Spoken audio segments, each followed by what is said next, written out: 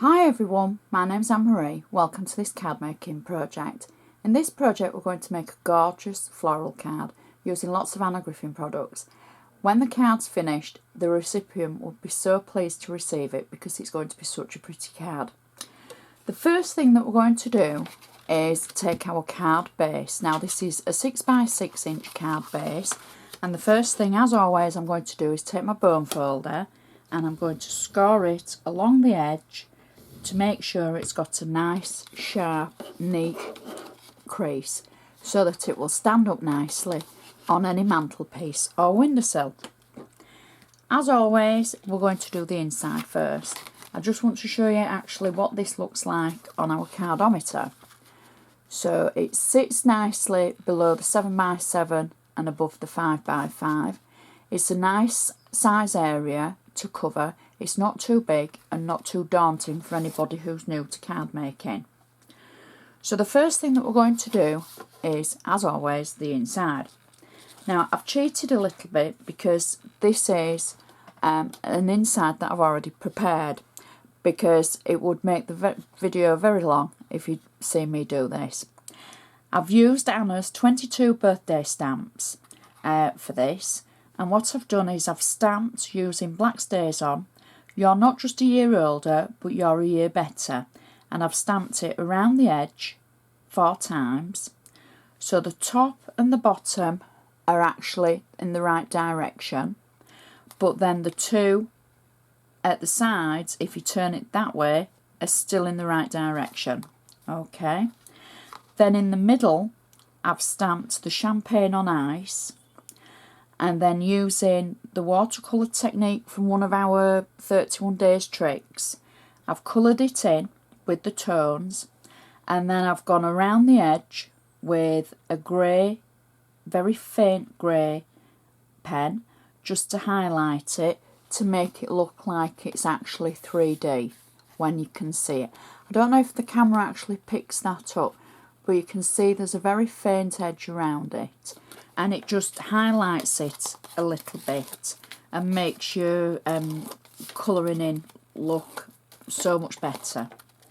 So I've got double-sided tape on it, and I'm going to position that on the inside of our card. And that's it, that's done. So it's a nice quick way to make a great insert. You've still got room for your message, for your to and from, and it'll look brilliant when it's, when the card's finished. So for the front of the card, the first thing I've got is I've taken a layer and I've got double-sided tape on it. This is from the Perfect Palette 2 collection from Anna. I've cut it to size to fit the front of the card to make the first layer. And we'll just pop that on. So that's our base layer. Next, again from the Perfect Palette 2, and then from the Lovely Layers collection, I've cut another 2 layers to fit. I have already stuck them both together just to save us a little bit of time, so that you're not seeing me put layer on layer.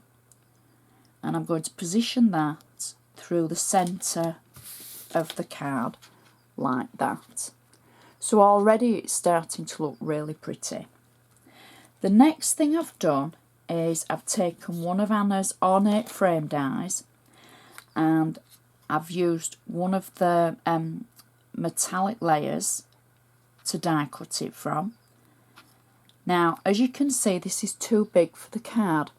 So what we're going to do is we're going to cut this through the middle like that, and then we're going to overlap it in the middle like so.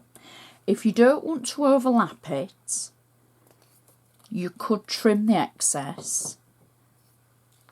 But for now we're just going to overlap ours, and I'm just going to add a little bit of glue on the back so that I can stick that onto my card like so, and then do exactly the same with the other side. So this means basically you can use your ornate dies on your square cards as well as your 7x5s or your 6x4s, etc. So now we've got the other side on as well.